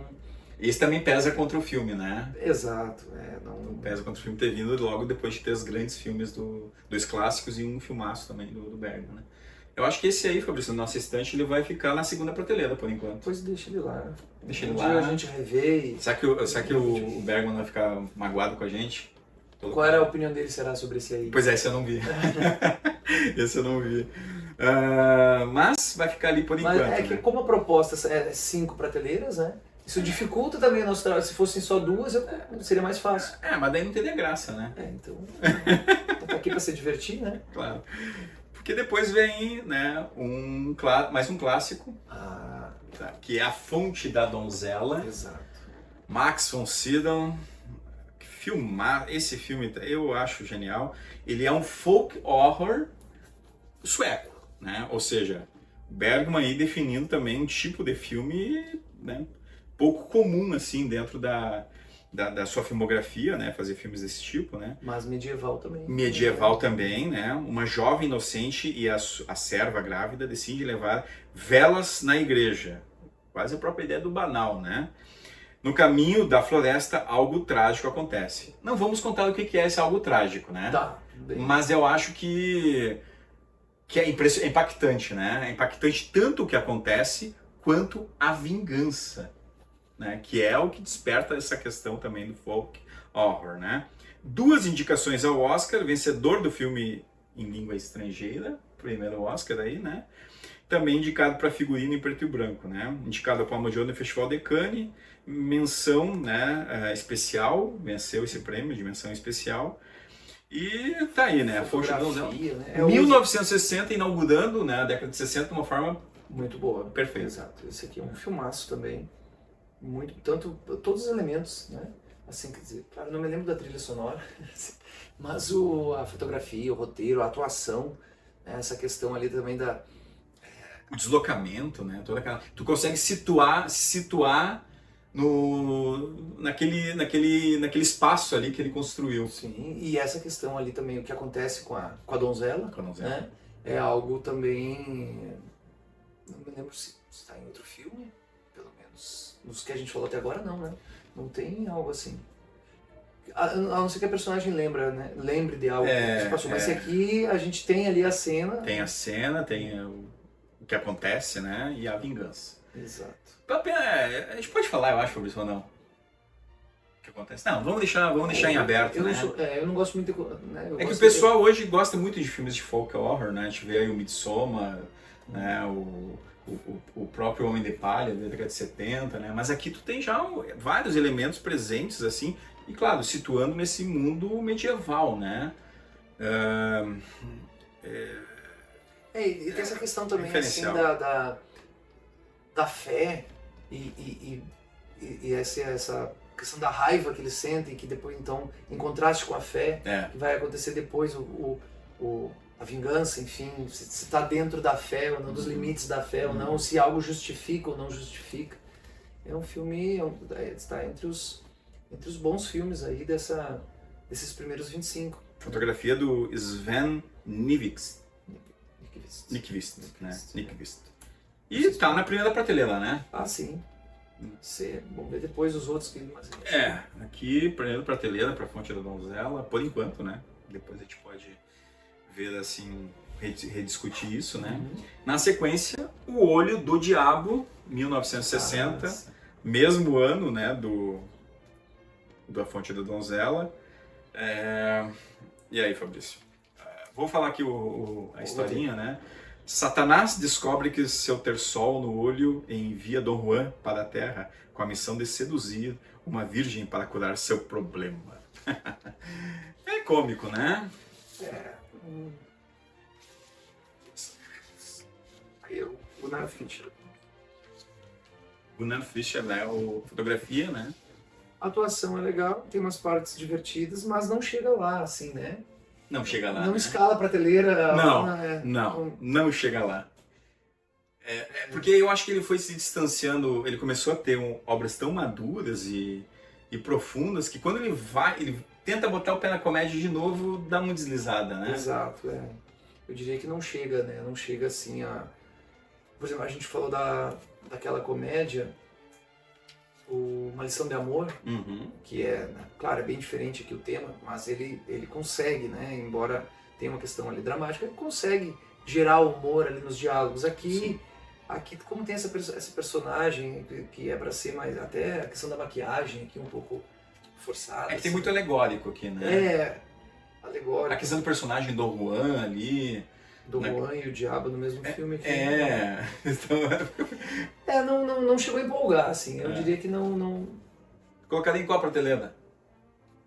Talvez na terceira ou na quarta? Ele pode estar nas duas. Eu acho que ele poderia estar na quarta. Na quarta, né? Porque isso vai facilitar o nosso trabalho depois. Pronto. Porque aí fechamos a prateleira 5, fechamos a prateleira 4 e temos 3 filmes ainda, que faltam só 3. São os 3 da trilogia do Silêncio. Sim. Que é uma trilogia que ganhou esse nome posteriormente, evidentemente, né? Não foi algo estruturado pelo Bergman, né? De fazer essa trilogia. Mas o primeiro delas é de 61, Através de um Espelho, que é um filme denso, né? Denso, assim. Denso. Começa na água. Né? Começa na água, né? Então, e pesado o tema, né? Sim. Porque olha só a trama, né? Recentemente liberada de um hospital psiquiátrico, Karen está reunida com a sua família, emocionalmente desconectada em sua casa na ilha, apenas para ser tirada da realidade quando ela começa a acreditar que Deus a está visitando. 2 indicações ao Oscar e venceu aqui também o Oscar de filme em língua estrangeira. Aliás, né, tanto A Fonte da Donzela quanto esse, né, então venceu 2 prêmios consecutivos, né, de filme estrangeiro.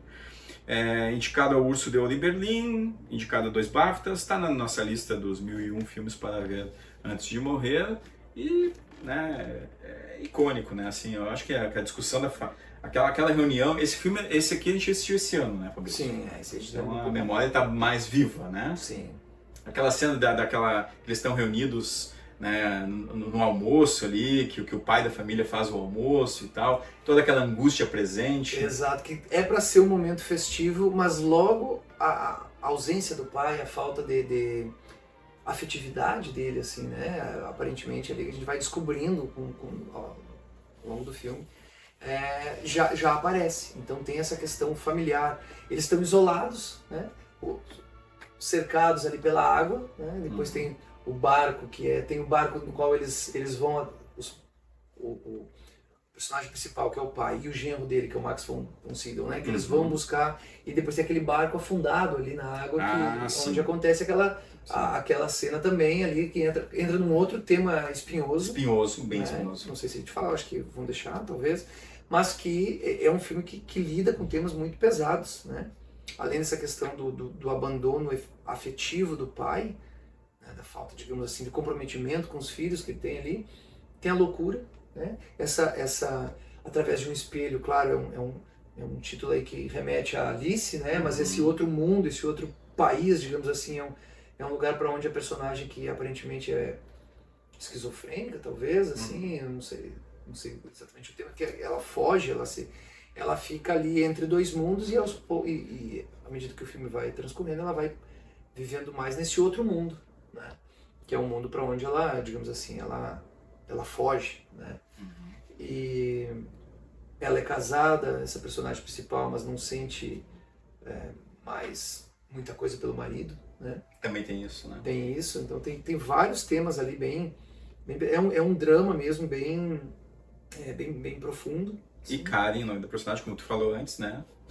Que remete ao nome, é incrível isso, é o nome da mãe do Bergman. Do próprio né? Bergman. A Karen. Eu acho que é um bom filme, né? É um filme bem mais assim, mais denso, como eu acho que foi o termo que tu usou, muito. Eu colocaria talvez pensando nos dois que vêm agora, eu acho que eu colocaria na segunda, né? Segunda prateleira para através de um Segunda ou espelho. Primeira, mas como são só 5 na primeira... Esse certamente ele vai estar entre a primeira e a segunda, mas vamos colocar na segunda, porque a gente já sabe que os outros dois vão ocupar o primeiro, né, a primeira prateleira, né, Fabrício? Só que daí mas ele seria uma menção honrosa na primeira, talvez? Pode ser que assim, ó, ele não está em discussão, nem esse, eu acho que nem no limiar da vida, de sair da prateleira número 2. Sim. Um desses aqui a gente vai ter que baixar, tá? Sim, então, Sorrisos de uma Noite de Amor, eu acho que Uma Lição de Amor não tem como baixar também, né? Ficando entre esses três, né? Juventude, Quando as Mulheres Esperam e Sorrisos de uma Noite de Amor, né? Então, qual que a gente colocaria para a prateleira número 3? Talvez um dos dois últimos ali, ou Quando as Mulheres Esperam, não? Ou Juventude. Eu acho que Juventude, porque esse aqui ainda tem aquela questão formal que depois vai ser reelaborada, retratada e vai servir de inspiração, inclusive, para uma história de uma lição de amor, né? Também tem uma certa conexão numa dessas histórias aparecer em outro filme também. Mas tem também a fotografia, se bem que a fotografia dos filmes são... Aqui é difícil, né? A fotografia do Juventude aqui é do Gunnar Fischer, né? Mas os dois são bons. Os dois são o mesmo diretor, né? Então, Mas assim, eu deixo pro convidado aqui definir. Então, vou deixar o Juventude pra lá, então, na terceira, né? Juventude na terceira, tá. Fechamos a terceira. Quando a gente rever, a gente... E fechamos né? O legal é que daqui a 20 anos, quando a gente vai estar refazendo essa estante, a gente vai olhar e dizer assim, mas como é que a gente deixou esse filme ali tão baixo? Quando a gente rever, né, o Ítalo Calvino diz que quando a gente rever já é outro filme. Já é outro filme. Nós somos outros. Né, e aí... Por isso que assim, eu tenho certa inveja daquelas pessoas que nunca viram nenhum filme do Bergman, que vão ter o prazer de assistir um Bergman pela primeira vez. Exato, é um prazer. Que a gente nunca mais terá. Nunca mais terá, né? Ainda mais vendo em ordem cronológica toda a filmografia dele, né? Sim. Bom. E vem esse aqui, que eu acho que, na minha avaliação, é o melhor filme da trilogia do Silêncio, né? É o que é o mais, assim... É o mais bem acabado. Mais bem acabado, né? A atuação do Gunnar Bjorstrand aqui tá fantástica, a Ingrid Thulin também. Arrasam, assim. A própria questão ali da construção da igreja... A fotografia, né? A fotografia aqui é do Sven Nykvist, né? A questão da igreja, né? Da igreja. Aquele início, né, com aquela... A neve. Não, o início é o padre, né, fazendo o momento da hóstia, né? Mas isso não começa um traveling ali na neve e depois entra na igreja? Eu não me lembro se é assim, mas ou depois dessa cena. Porque ele começa assim e termina assim, né? Com a questão do padre, né? E do inverno. E do inverno, né? Por isso que é luz de inverno, inclusive, né? Então... aí a sinopse, né? Mas é um filme incrível, assim. Thomas Eriksson, pastor de uma pequena igreja rural da Suécia, enquanto lida com a crise existencial e o seu cristianismo, né? Mostra também outros temas ligados a problemas universais, que é a questão, né, da bomba atômica chinesa. É um tema muito... Parece aleatório, mas tem a ver com o momento. Tem a ver com o momento do que o filme foi feito, né? A gente tem o personagem do Max. Filme de 63, né? Então, a crise dos mísseis, corrida nuclear, tem também... Então, o Bergman, talvez ele não toque de política diretamente, mas nas entrelinhas acaba aparecendo coisas assim, né? Aqui, mas também é muito assim... não é o tema principal do filme. Não. Porque aqui a gente tem o personagem do Max von Sydow, né, que está considerando está angustiado com a possibilidade de a bomba atômica explodir na Suécia, né, no mundo, enfim, acabar. E aí ele considera o suicídio. E vai pedir palavras de conforto para um pastor que está com a fé abalada, que está assim. E com a fé abalada ele não consegue também gerar verdade nas suas palavras, né? E também ele tem um caso complicado, um relacionamento complicado com a personagem da Ingrid Tulin, que parece que já tiveram um flerte inicial, né? Sim, dá a entender que eles tinham um relacionamento até mais longo, assim, mas que ele não assume, né? Assim, de fato, e nem se dedica a ele. Ela sofre com essa ausência emocional dele e enfim, é uma pessoa abalada, né? Aqui questionando a fé, e questionando a fé, ele está questionando a própria existência dele e função. E aí a gente percebe quando ele está ali, se sabe se vai ter aquela segunda pregação, que ele decide, e ele tá mal, não sei se ele tá com gripe, resfriado, alguma coisa assim, e aí a única solução que ele tem é trabalhar, mesmo assim. Quer dizer, como se ele não soubesse fazer outra coisa, ele encontrasse na própria rotina do que ele faz a resposta para a vida, quer dizer, manter-se ocupado. E tem a ver com as próprias dores que o Bergman tinha com as crises estomacais que atrapalhavam ele, né? Mas precisava trabalhar apesar de tudo. Exato, né? Então também tem um pouco isso, né? Mas mais uma personagem masculina com crise de fé. Exato. Não é? Eu não me lembro de ter uma personagem feminina com crise de fé. São masculinas, né? A feminina é mais uma questão ali da natureza dos desejos, enfim, ou da insatisfação dos desejos no mundo, né? Que, enfim, a gente diria um mundo que não liga tanto, porque não presta atenção, que não ouve, né? Que não ouve não dá ouvidos a essa insatisfação. E as personagens aqui em busca do sentido da vida, né? Personagens masculinos em busca do sentido da vida. Esse aqui ele, como a gente disse, ele é mais bem acabado, assim. Ele tem um roteiro mais bem encadeado, talvez, assim, né? E tem cena de interior muito bela, e tem aquela cena que ele precisa sair da igreja para ir atender aquela e depois vai lá falar com a esposa do... Então que é pesada. É pesado, sim. Quando ele chega e vai falar com a mãe com a esposa do personagem. Com a esposa do personagem do Max von Sydow. Muito bom, né? Então, Luz de Inverno, olha, esse ano foi a primeira vez que eu vi o filme, né? Então sim. Eu não tinha assistido ainda, né? Assim, quer dizer, na verdade eu tinha assistido, né? Esse filme. Tinha. Eu tinha assistido num ciclo de cinema histórico, a gente exibiu esse filme com os comentários, inclusive, de um colega, que também é apreciador do Bergman, que é o André, né? André Jobim. E aí eu lembro que eu vi aquele filme, mas passou tanto tempo que quando eu assisti novamente, agora contigo aqui, parece que eu não tinha visto. Porque é aquela coisa, né? A gente vai acumulando aí os filmes, né? As filmografias e... Vai acumulando os filmes. A estante vai ficando pesada, né? Vai confundindo. Mas essa aqui vai ficar na frente, lá na estante, né? A primeira prateleira, né? Não tem como não, né?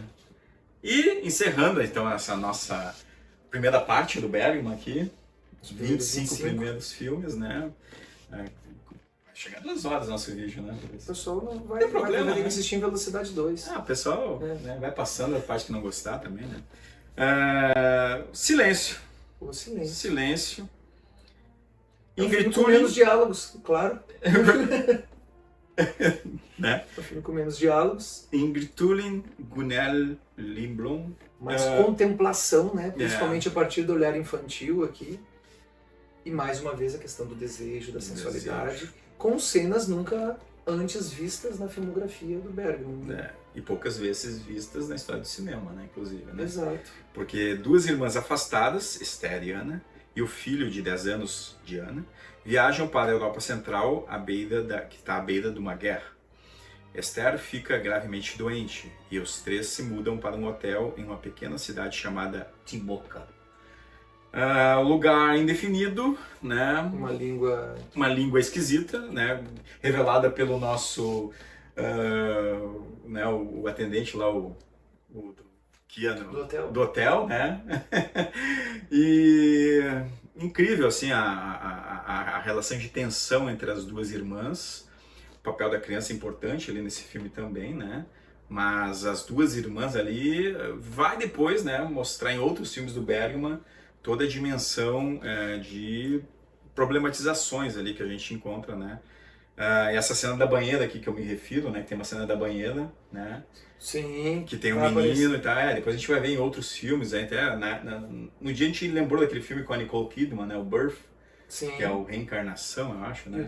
Que é do Jonathan Glazer, inclusive, o filme, né? Sim, Reencarnação, tá ela na banheira. Bom, cenas na banheira, assim, são de mulheres mais velhas, tem o leitor. O Walter do Goku, que a gente citou, o Amor, Estranho Amor, exato. Né?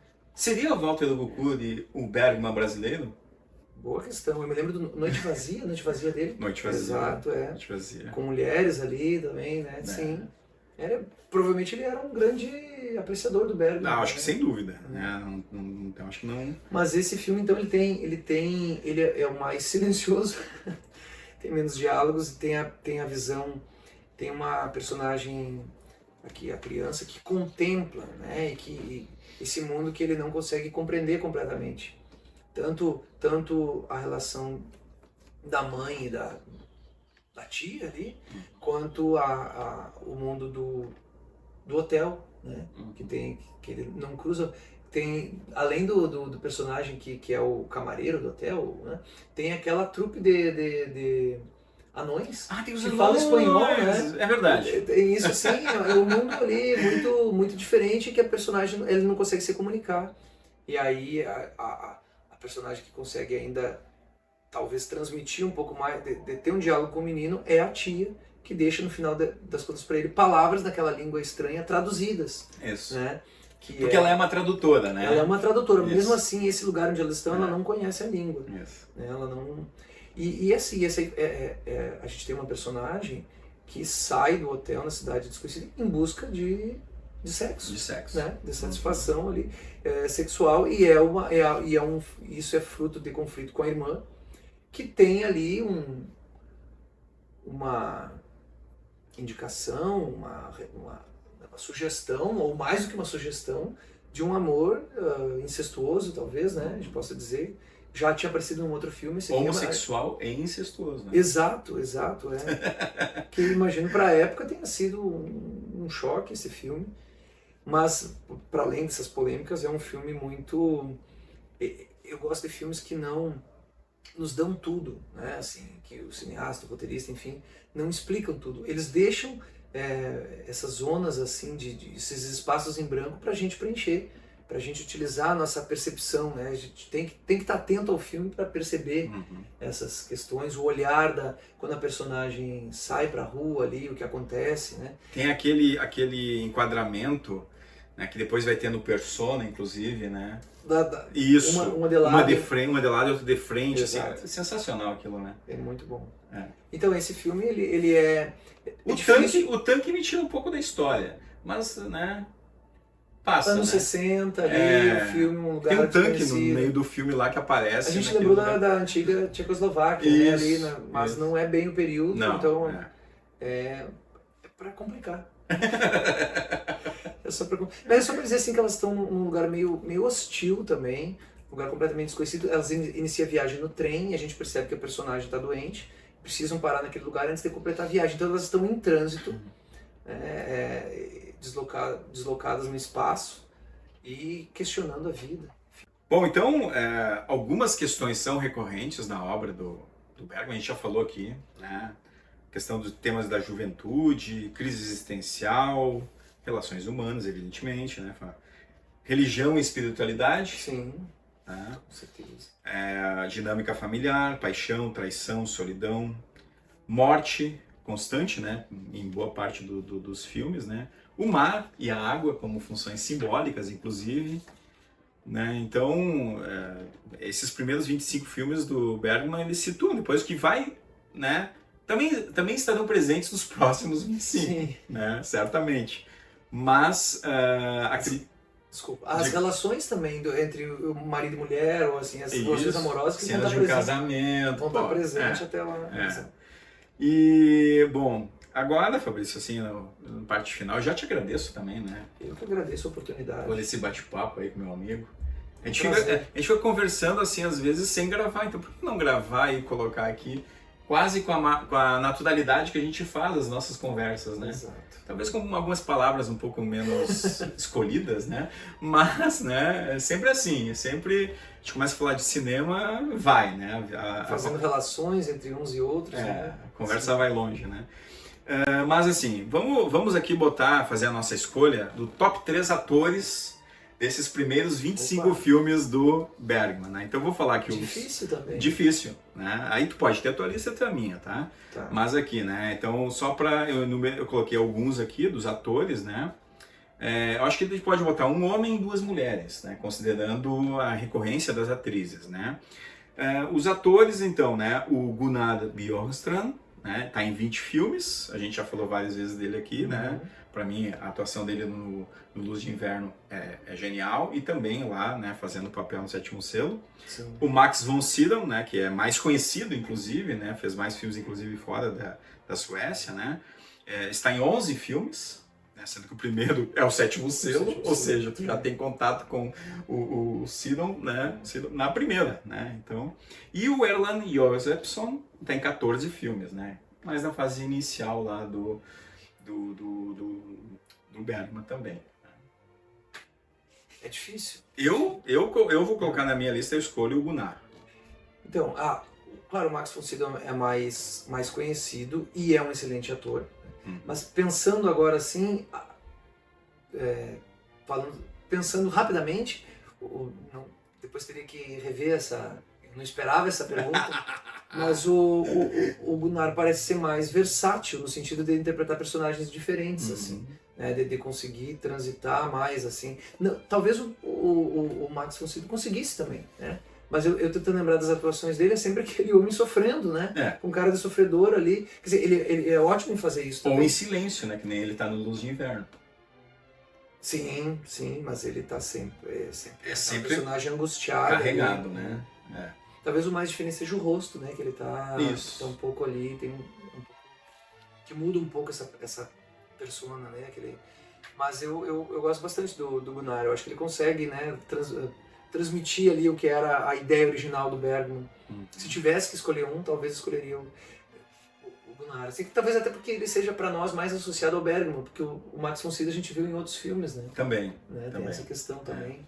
Mas os dois são ótimos. O Gunnar fez outros filmes, só que a gente não assistiu, né? Exato. Então... Não, e o próprio também, o Victor, né? Do poucos filmes, mas... Aquele dos violinistas, ele tá também. É difícil, mas ficaríamos com o Gunnar, então. Gunnar?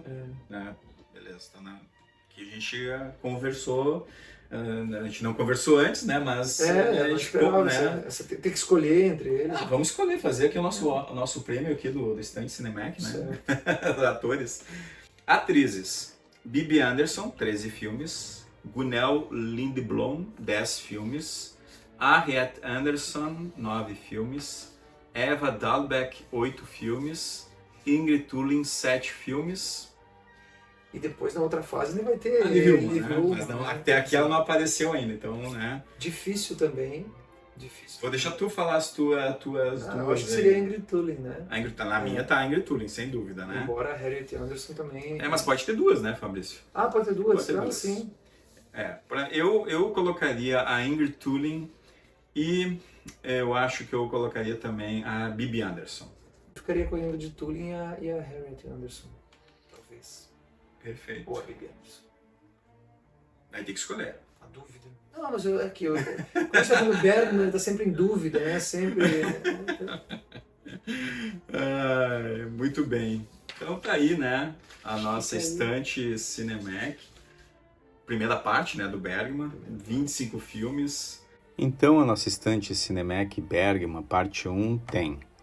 Na primeira prateleira, O Sétimo Selo, Morangos Silvestres, A Fonte da Donzela, Luz de Inverno e O Silêncio. Na segunda prateleira, Quando as Mulheres Esperam, Uma Lição de Amor, Sorrisos de uma Noite de Amor, No Limiar da Vida e Através de um Espelho. Na terceira prateleira, Porto, Rumo à Felicidade, Mônica e o Desejo, Sonhos de Mulheres e Juventude. Na quarta prateleira, Crise, Música na Noite, Sede de Paixões, O Rosto e O Olho do Diabo. E na quinta prateleira, Chove sobre Nosso Amor, Um Barco para a Índia, Prisão, Isto Não Aconteceria Aqui e Noites de Circo. Obras incríveis, né, que nos trouxeram muita reflexão, muito prazer também, né, Fabrício, de poder fazer essa experiência com um amigo, né, de assistir aos filmes de um grande diretor, assim, né, tudo bem, a gente não fez o nosso objetivo de fazer tudo no mesmo ano, mas, né, nós conseguimos assistir em ordem. A gente sobreviveu, né, inclusive uma pandemia no meio disso tudo, né. Exato, foi, é verdade. E valeu muito a pena, assim, né, a gente vai, não só com ele, mas assim, isso de poder acompanhar, né, o processo de um artista e ver o que é recorrente, o que é caro a ele, né, o que é importante, ver o progresso, né, ver, em alguns casos aquilo que não é bem sucedido também, ver essa variação é um aprendizado também, né? Então pra gente como espectador, né, tem o prazer de assistir ao filme e tem o prazer de como estudiosos também disso, de ver esse processo. Então é uma soma de motivos para fazer isso e poder também agora compartilhar um pouco, né? Claro que a gente não foi, mas poder compartilhar um pouco com os ouvintes e espectadores, enfim, né? Os amigos que estão do outro lado. Exato, os nossos que gostam de cinema, somos poucos, né? Que gostam de cinema nesse nível de falar sobre, de descer esses detalhes, assim, de um cineasta já enfim, europeu, já falecido, difícil, né? Então são poucos. E é muito bom poder fazer isso e, claro, na companhia do amigo aí, já estamos... A gente assiste filmes desde Ingmar Bergman até Ridley Scott, né? Então assim, a todos os níveis, a gente assiste, conversa. Só para fazer mais referência a alguns livros, né? O Planeta Bergman, do Carlos Armando, que ele faz um percurso sobre os atores, né? Faz breves comentários sobre todos os filmes. Quando lançou o livro não tinham saído ainda muitas das cópias, né, em DVD e também não tinham saído em VHS, né? Então é um trabalho bem interessante que ele faz aqui. E talvez, né, aqui tu vai ter que me ajudar, Fabrício, que essa hora pesa, né? Essa aqui, né, que é os arquivos, né, do Ingmar Bergman, lançado pela Taschen. Vamos abrir aqui, parece fantástico, né? Aqui os 4 primeiros capítulos desse livro são os que, né, entraram nos nossos comentários aqui, né? Então ele também ajudou assim a gente a dividir, né, como seria essa organização dos 25 primeiros filmes, né? Por isso que a gente encerra com a trilogia do Silêncio, porque tem um capítulo que ele Morango Silvestre. Fantástico. Esse livro, né, eu tenho do Bergman, do Kubrick, né? Tem do 007 também, né? Mas tá aí, também fica essas referências aí para quem gosta de, além do filme, né, ler também conteúdos ligados ao Ingmar Bergman. E para quando a gente pode prometer a parte 2 sobre isso daqui a... Os próximos 20 anos a gente começa. Se for num ritmo aí de 2 por ano, né? Vai demorar, né? Vou ter que tentar acelerar um pouco esse processo. Talvez a gente mude a nossa didática, mas a ideia é que a gente assista junto os filmes, né? E possa fazer... Tem que fazer um dia aí de intensivo. Uma maratona do Bergman, né? Porque também é pesado. E porque agora vão ver filmes mais longos também, né? Cena de Casamento, Flauta Mágica, o Fanny Alexander, são filmes mais longos, né? Então... E a gente assistiu, teve dias que a gente assistiu o filme do Bergman e depois assistiu um filme dos anos 80, norte-americano, que era pra desopilar, né? Exato. Até pra gente poder lembrar, e talvez não tenha dado muito certo, porque muita gente não... Mas valeu muito e tô ansioso aí pelos próximos 25. Vai ver como é que vai ficar. Muito bem, então Fabrício Fernandes aqui, diretamente do nosso estúdio na Cinemateca Cinemec. É o lugar aqui que eu conheço que mais tem filmes. Né? Mais que a tua locadora que você trabalhou lá, não, né? Mais que a minha locadora lá. Poxa vida. Eu trabalhei em 2, na verdade, mas nenhuma tinha... Pelo menos não tinha essa qualidade, né? Bom. Certamente, não me lembro se alguma delas tinha algum filme do Bergman. Certamente o amigo ajudou a formar, né, essa qualidade de filmes, então, que eu tenho aqui também, porque, né, como eu falei no episódio anterior, né, assisti Pulp Fiction também em decorrência aqui da presença desse meu caro amigo aí. É verdade. Muito bem. Então, com isso, né, agradecemos aí a presença de vocês também aqui conosco. E faça comentários, né? Discord, Principalmente Discord, né? Faça sua lista. Só não use palavras de baixo calão, porque aqui a gente se controlou para não falar muitos, né, Fabrício? Então, né? Mas, né, faça comentários, curta, compartilhe, né? E, né, venha conosco nesse mundo fantástico aí do Ingmar Bergman.